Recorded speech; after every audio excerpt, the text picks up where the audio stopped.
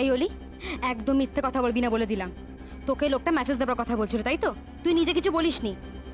আমি তো দেখেছো মোহদ্দি, দেখো কিরকম মিথ্যে কথা বলে যাচ্ছে। জানো মোহদ্দি ও কি করেছে আজকে? মন্টুদার সাথে বেরোনোর সঙ্গে সঙ্গে এইটা খাবো, ওইটা খাবো, এইটা কিনে দাও, ওইটা কিনে দাও, সারাক্ষণ এরকম করে মাথা খারাপ করে দিয়েছে। হ্যাঁ, আমি তো বললাম তো যে আমি মাঝে মধ্যে এটা ওটা কিনে দিই, আর এইটা শুনে মা আমাকে অনেকবার বকুনি দিয়েছেন।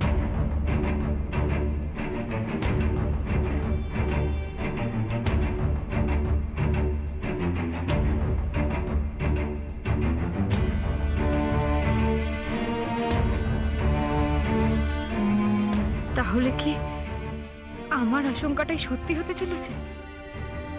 বাবা আমাকে খুঁজতে খুঁজতে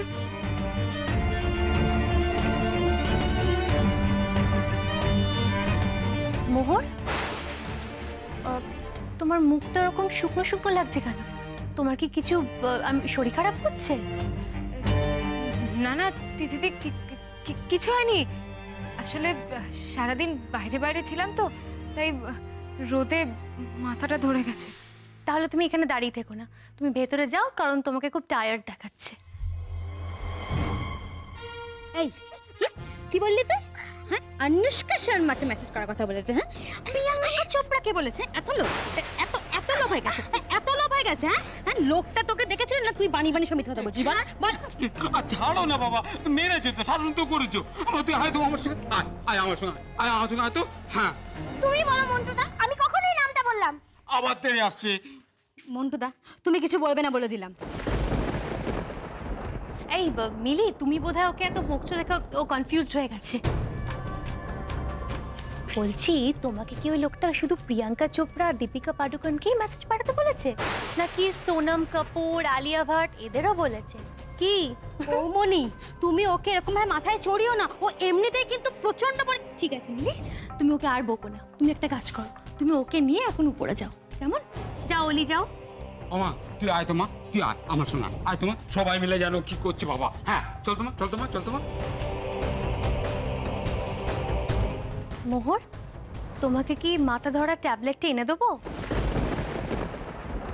না না দিদি, লাগবে না। ওকে।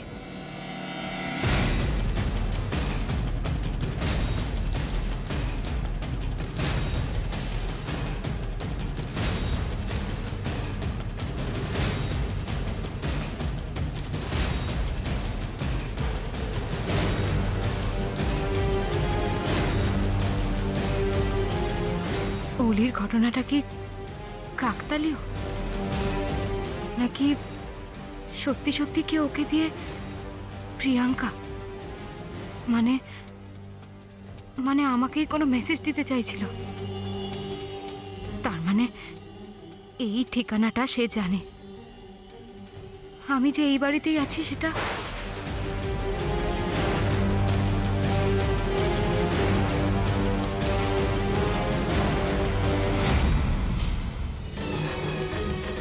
কি হলো দিদি ভাই? এই দিদি ভাই, দিদি ভাই, তুমি তো মনে হচ্ছে আকাশ থেকে পড়লে। সত্যি পরিকর্মা মেয়ে বটে তোমার বৌমা। আমি এত বছরও যা পারিনি, ও কদিন এসে সেটা করে দিল। আচ্ছা, কোথা থেকে জিনিসগুলো সমস্ত জোগাড় করলো, আমি সেটাই অবাক হয়ে যাচ্ছি। গ্যাস ট্যাস নিয়ে একবারে ঘরে কি সুন্দর রান্নাঘর করে ফেলেছে। বলছি দিদি ভাই, তুমি কিছু জানো না বুঝি? ও, আমি তো ভাবলাম তোমার পারমিশন নিয়ে বুঝি সব কিছু করছে। আমি বুঝতে পারিনি। তোমাকে দিদি কিছু জানায়নি?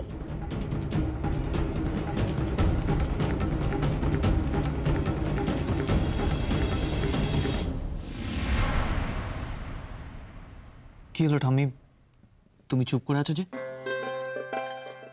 আমার কথাটা শুনে তুমি কি অবাক হয়েছো? অবাক হবো কেন? দেখো, মোহরকে ভালোবেসে তুমি কোনো অপরাধ করনি, বরং এটা তো আমি একটা আন্দাজই করেছিলাম, তোমাকে বলেওছি আমি সে কথা। তবে দাদু ভাই, এবার কিন্তু সময় এসেছে যে বাড়ির সকলের সামনে তোমাকেই কথাটা বলতে হবে।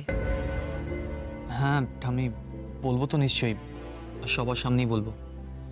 তবে তার আগে আমি তোমার কাছে একটা কথা জানতে চাই। আমি কোনো ভুল করছি না তো?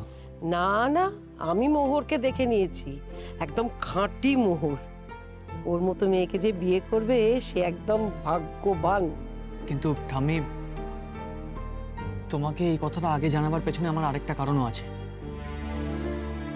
তুমি মা, বাবা, কাকান, কাকিমণি সবাইকে একটু মেন্টালি প্রিপেয়ার থাকতে বলো, কারণ এর মধ্যে একটা গোলমেলে ব্যাপারও আছে।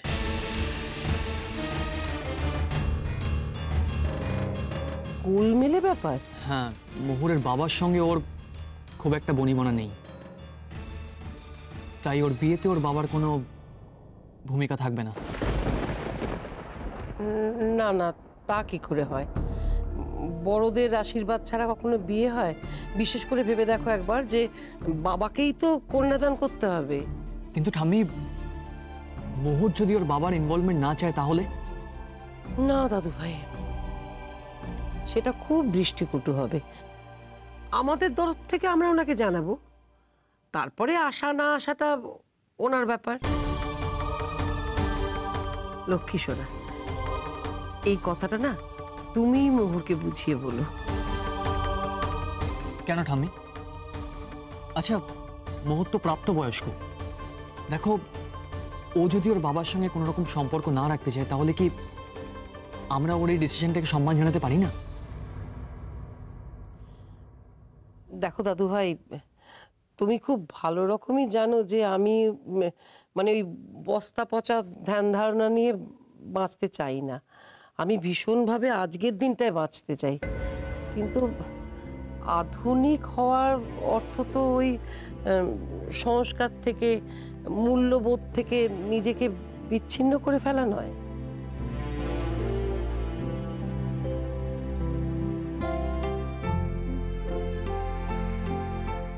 কি হলো, চিন্তায় পড়ে গেলে?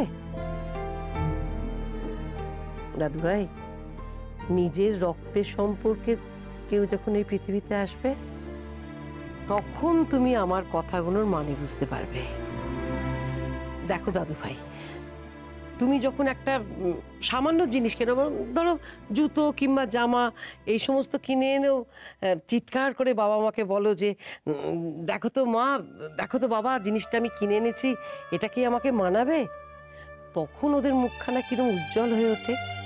ওরা তখন ভাবে যে দেখো আমাদের ছেলে এত বড় হয়ে গেছে, তবুও আমাদের মতামতকে কেমন গুরুত্ব দেয়। সেখানে জীবনের এত বড় একটা সিদ্ধান্ত।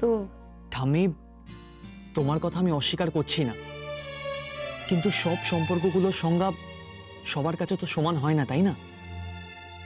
মোহর ওর বাবার সম্পর্কে খুব একটা ভালো ধারণা পোষণ করে না, আর শুধু আশীর্বাদ নিয়ে কর্তব্য সারার থেকেও আমার মনে হয় ওভাবে ও নিজের জীবনে বাবার ফিরে আসাটা খুব একটা সুখকর হবে না। দাদু ভাই, মোহর নিজে তোমাকে এই কথা বলেছে? ঠাম্মি, আমার অফিস যাওয়ার সময় হয়ে গেছে, আমি এখন আসছি। আমি সন্ধেবেলা ফিরে এসে সবার সঙ্গে কথাটা বলবো। সাবধানে যেও। আসছি। ঠাম্মা, ও ঠাম্মা, হ্যাঁ, বল। তোমাকে বড় বৌদি একবার নিচে ডাকছে, চট করে একবার এসো। নিচে কেন রে? জানি না, ডাকছে। ও বাবা, এই ঠ্যাং নিয়ে ওপর নিচ করতে করতে না, দাঁড়া শেষ চুমুকটা দি। চ এসো।